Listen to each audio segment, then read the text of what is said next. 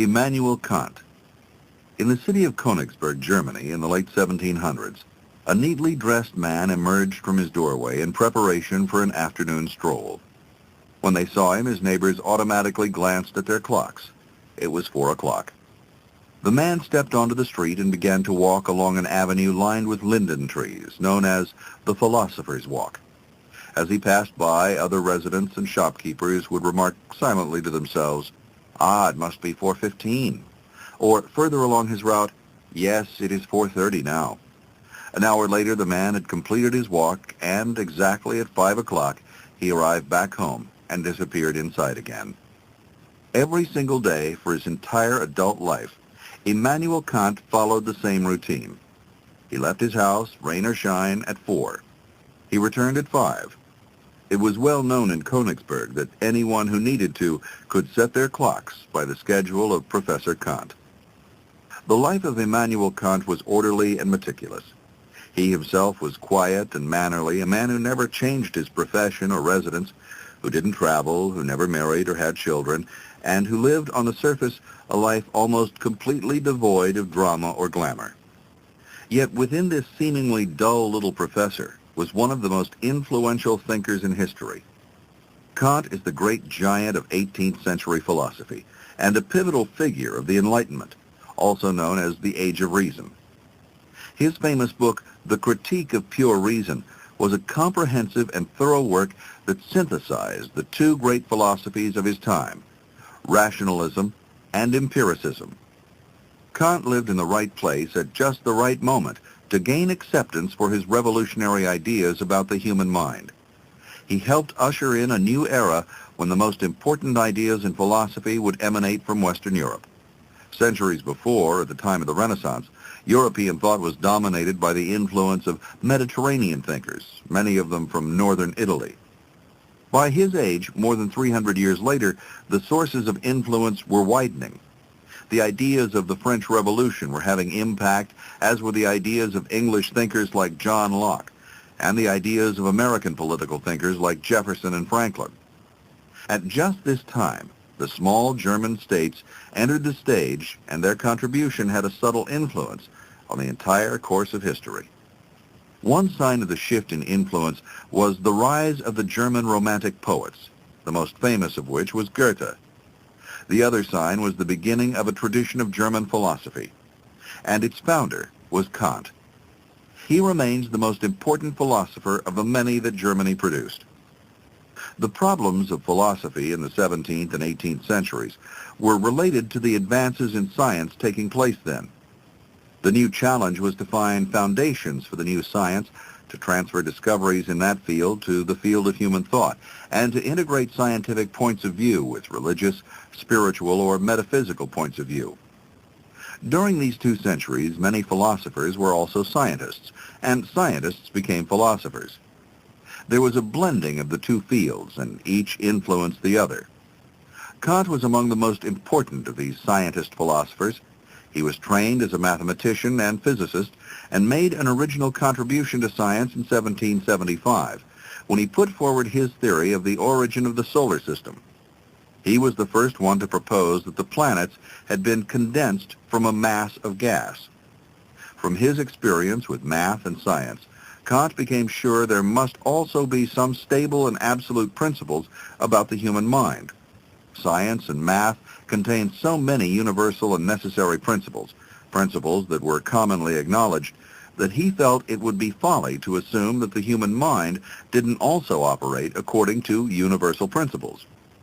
It was not until he was 45 years old, inspired by these thoughts, that he began trying to apply these principles to the problems of philosophy. It was in this year that he had the great revelation that some knowledge must be a priori in order to make science possible at all, and this idea turned his career in an entirely new direction. The term a priori is so central to Kant's work and to his place in history, it's important to know a little about it before plunging into his life. Kant accepted the belief, set forth by philosophers before him, that all knowledge arises out of experience or observation. This is what's meant by empirical knowledge. But he also believed that some of our reasons for understanding experience could come before we actually experience them. For instance, if you look at a pair of rose-colored glasses, you can know that if you put them on, everything will appear rosier. You know that because the lens of the glasses are rose, and you don't have to wear them to know it. Therefore, you could form an argument that things will appear rosy prior to your experience of it. As a name for this prior to experience argument, Kant used the Latin phrase a priori. The term a priori is now a standard term in the language of philosophy. It refers to ideas that occur independent of experience. The opposite of a priori is what Kant and everyone since calls a posteriori, coming from posterior or after. A judgment is a priori if its truth can be known without reference to experience. It is a posteriori if it cannot be known until after an experience. All inductive arguments, all arguments that involve going out and looking for evidence to prove or disprove a point, are a posteriori arguments, since they use the stuff of experience to make their point. Because of the nature of this a priori knowledge, Kant began to call his philosophy transcendental, since the knowledge it discovered transcended experience in the sense that it had an a priori basis in the mind.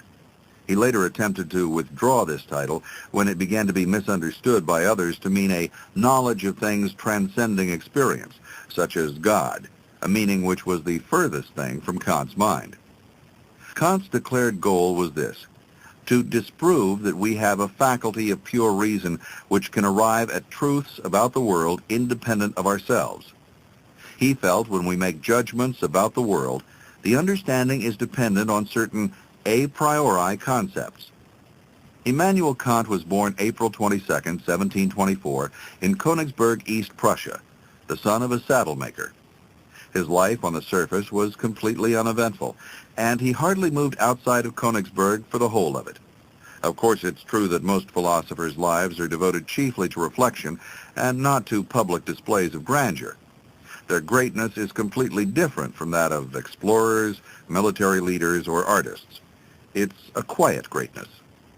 Still, given the martyr's death of Socrates, the flamboyance of Voltaire, and the madness of Nietzsche, Kant seems unusually quiet. So quiet that a scholar once said it was impossible to write a life of Kant because he had no life.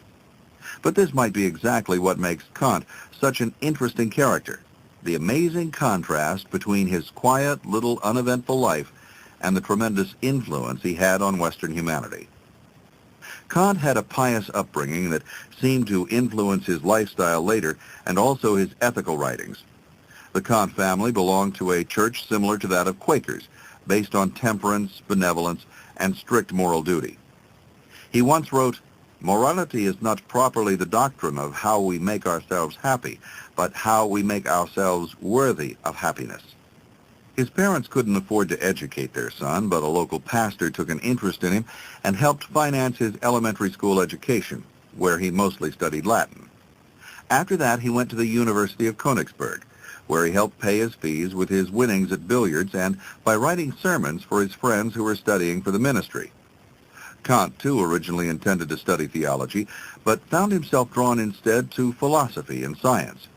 He dabbled in physics, astronomy, and mathematics, and was given special use of his professor's library to immerse himself in the writings of Isaac Newton. His dissertation was on the subject of the proper formula for measuring kinetic energy.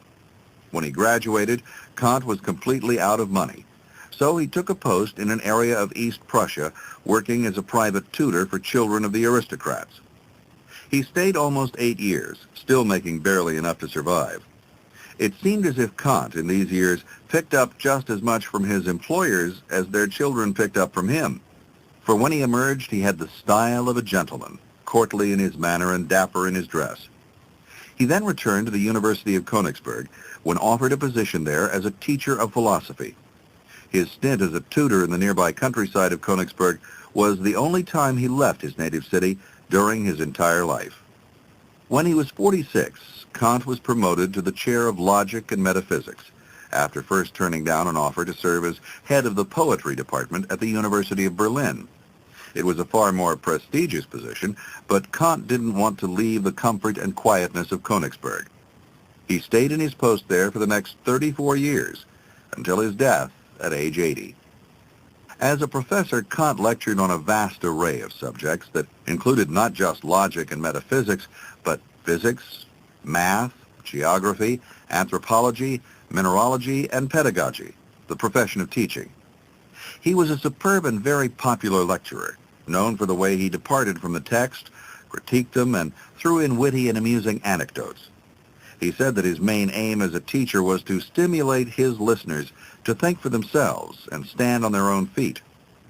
One of his students recalled after many years, "Playfulness, wit, and humor were at his command. His lectures were the most entertaining talks. The history of men and peoples, natural history and science, mathematics and observation were the sources from which he enlivened his lectures and conversation. He was indifferent to nothing worth knowing. No cabal, no sect, no prejudice, no desire for fame could ever tempt him in the slightest from broadening and illuminating the truth. He incited and gently forced others to think for themselves. Despotism was foreign to his mind." Although Kant didn't travel, and though he spent the remainder of his life at the university, his life was by no means reclusive.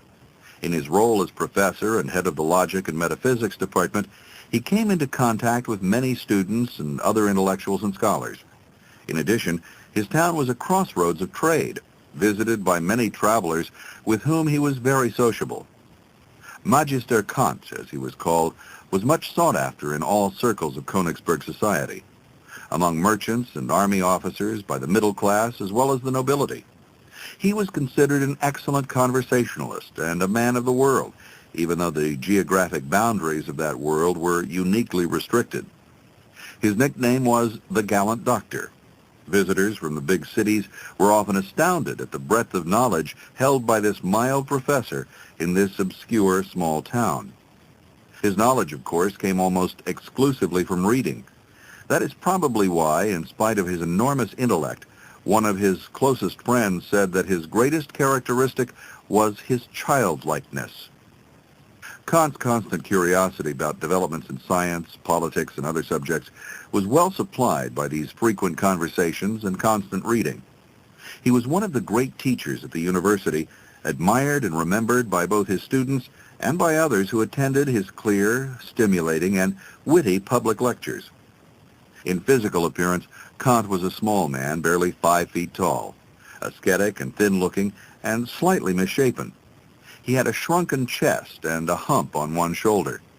There was nothing robust about him, yet he was seldom ill, probably because of the settled and disciplined life he led. He described himself as never sick, but never well. He was a model of punctuality, accustomed to regulate not just his walks, but his entire daily routine around the clock. A German poet who knew him said his life was like the most regular of regular verbs. He did everything at the same hour every day. Kant would rise shortly before 5 in the morning and spend the first hour drinking tea, smoking a pipe, and thinking over the day ahead of him. From 6 to 7 he prepared his lecture, which began at 7 or 8 according to the time of year, and lasted until 9 or 10. Until lunch he devoted himself to writing. Lunch was always spent in the company of others and often lasted several hours if Kant was enjoying the conversation. Afterwards, he took his renowned afternoon walks, which always lasted precisely 1 hour. In the evening, he read and reflected. At 10 o'clock every night, he went to bed. He was a confirmed bachelor, although it said he enjoyed the company of ladies who were well educated. Though not a sentimental man, Kant was sincere and loyal in his friendships. Kant had no taste for the fine arts, for music, for imaginative literature, or even for natural beauty, and he seems to have been unable to call up visual images to his mind. He did have, however, a deep interest in the politics of his time, and was sympathetic with both the American and French revolutions. His politics were always liberal, as suited the age of enlightenment, and his religion could best be described as unorthodox Protestant. On the surface, Kant seemed the last man to sympathize with any revolution, much less to cause his own revolution in philosophy. Order and law, coherence and consistency were the chief characteristics of his being. For each and every matter he formulated an appropriate maxim and held to it. His nature was so deep and serious that it prevented him from leaving anything in his life to chance. He once fired a faithful servant who had been with him for years, a man named Lampe, and when he couldn't dismiss this troubling incident from his mind, he wrote in his journal, "Remember from now on, the name of Lampe must be completely forgotten." Despite the humorous contradiction in that reminder, it's a perfect example of his discipline and attention to detail. These same traits are apparent in his career as a thinker and writer. He always kept in view a specific goal and determined a route to arrive there. In his first published work, he wrote, "I have already traced the course I want to follow. I shall set forth on my way, and nothing shall keep me from holding to it." The study in his house, where he did most of his reading and writing, was simple and barely furnished. It lacked any decoration, except one painting on the wall, a portrait of the French philosopher Jean-Jacques Rousseau. Kant had a great reverence for Rousseau. It said that he only once departed from the fixed schedule of his daily routine, and that was the day he skipped his afternoon walk to continue reading Rousseau's newly released novel, Emile. When he was 40, Kant himself described the influence Rousseau had had on him. He said, "I am by inclination a seeker after truth. I feel a consuming thirst for knowledge and a restless passion to advance in it, as well as satisfaction in every forward step. There was a time when I thought that this alone could constitute the honor of mankind, and I despised the common man who knows nothing. Rousseau set me right. This blind prejudice vanished. I learned to respect human nature, and I should consider myself far more useless than the ordinary working man if I did not believe that this view could give worth to all others to establish the rights of man."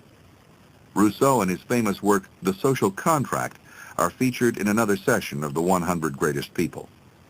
Kant's productivity was remarkable, especially in the period after 1770, when he was 46 and his new philosophy began to take shape and occupy his mind. That was the year he was elected to the chair of logic and metaphysics at the university, and in his inaugural lecture, he outlined his new ideas, which would later be published in his greatest work, The Critique of Pure Reason. He also wrote a number of early minor works, which have become known as the pre-critical writings. Then, after a period of silence, he published The Critique of Pure Reason in 1781. He revised it and released a second edition 6 years later. In 1788, he released The Critique of Practical Reason, which is concerned with ethics. The third critique, The Critique of Judgment, was published in 1790 and was concerned largely with aesthetics.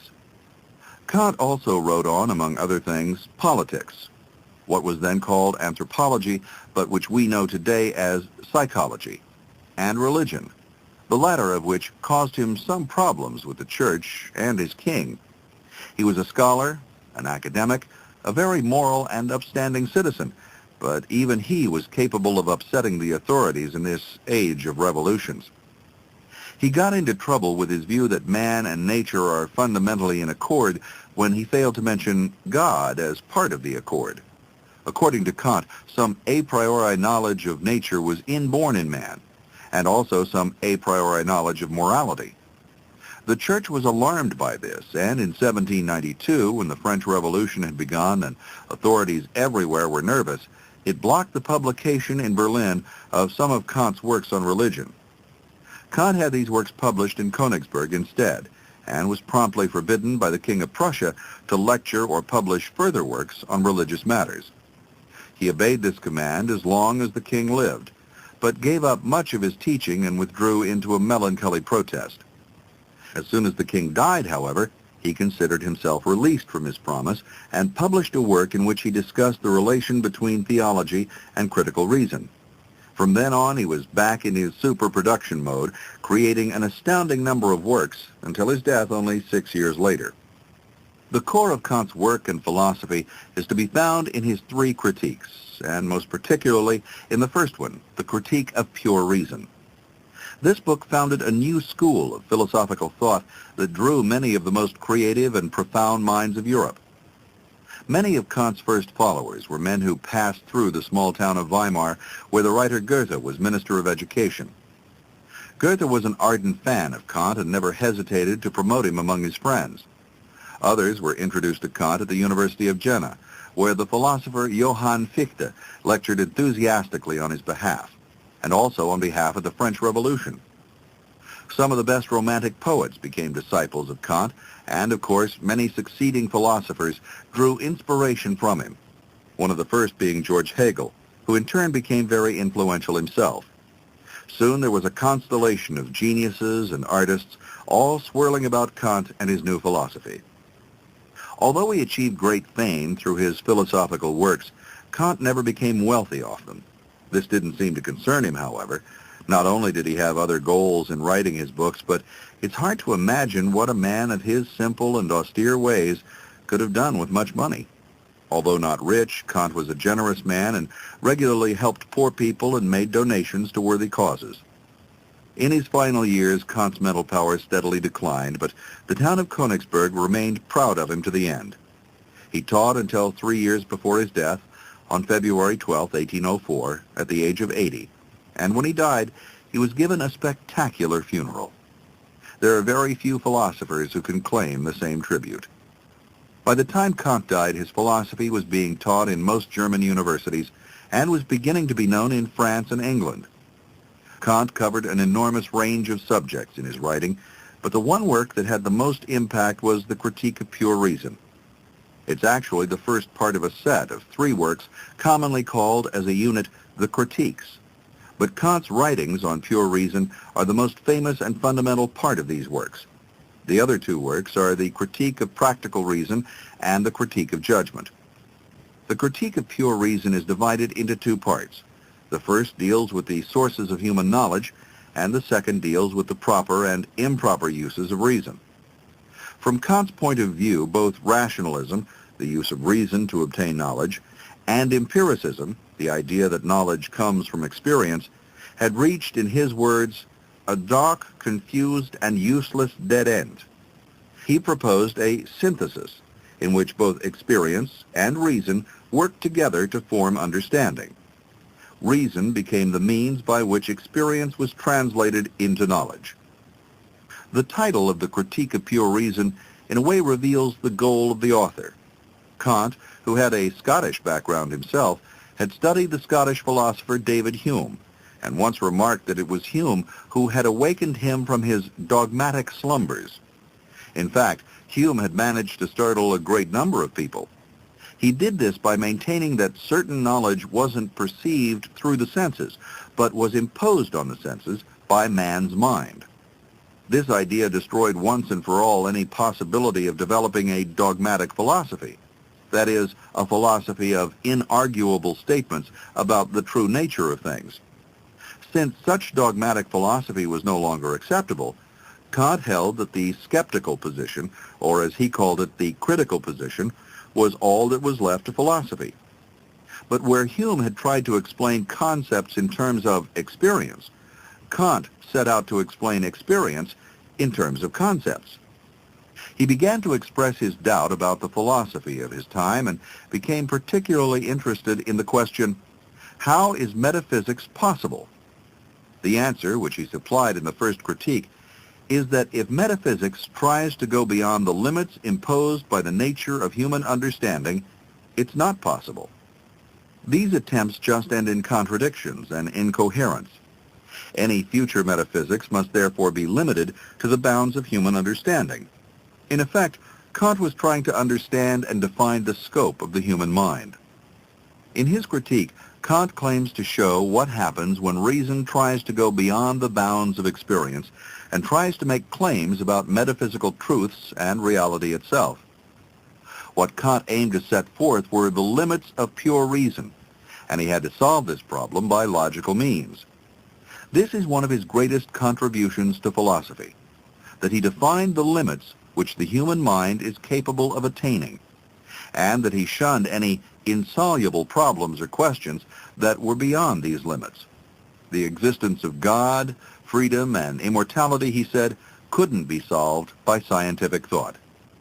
Kant maintained that our reason has the peculiar fate to be troubled by questions which spring from the very nature of reason, and yet which transcend the powers of reason. Our mind asks the very questions our minds can't answer.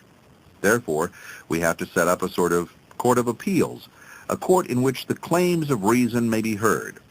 And Kant said that his book, The Critique of Pure Reason, was that court. The question he proposed was, what can we hope to achieve with reason when all the material assistance of experience is taken away? What happens in the mind without experience to fuel it? Experience is, without doubt, the first product of our understanding, but it can only tell us what is, not what can be. So we must penetrate into a region beyond our experience to consider the inevitable problems of reason itself, the questions our reason asks that can't be answered, such as questions about God, freedom, and immortality. Of the processes by which our knowledge reaches its object or its destination, there is one process that reaches it directly. That is, intuition. Intuition is therefore one way by which we receive impressions and obtain content for our knowledge. In addition, there is thought, with its fundamental ideas or concepts. Thoughts without content are empty. Intuitions without content are blind. For the understanding cannot see, and the senses cannot think. Thus it becomes necessary to use what Kant called transcendental logic. It serves as a law of critical knowledge. Kant established a table of judgments based on logic which he believed could determine all the possible forms of our knowledge. There are basically four of these judgment categories or mental compartments: quantity, quality, relation, such as cause and effect, and modality, which includes possibility, reality, and necessity. These categories control how we experience things. Kant said that after we've traveled across the whole domain of human understanding, we find it's an island, a land of truth surrounded by a wide and stormy ocean which tempts us to believe in new lands and thus involves us in adventures which we can never leave and yet which never bring an end. Even though we know that our categories, which were deduced for the sake of experience, can never transcend the limits of possible experience, we are bound to venture out upon the unknown sea of the metaphysical. This illusion which besets the mind isn't simple and can't easily be banished from our thought. What we have in our mind is a system of transcendental ideas which claims there must be within the mind a thinking being or soul, which claims the world must have had a beginning in time, which claims there must be a supreme being. But in reasoning upon these propositions, we cannot come to any rational conclusions. A rational psychology of the soul is impossible to Kant and transcends the powers of human reason. The human self is indeed a knower, but it doesn't know itself through the categories. It knows the categories through itself. He concluded that reason can provide knowledge only of things as they appear to us, never of things as they are in themselves. In spite of this, he said, there is a demand for a solution of problems in which reason has a deep interest.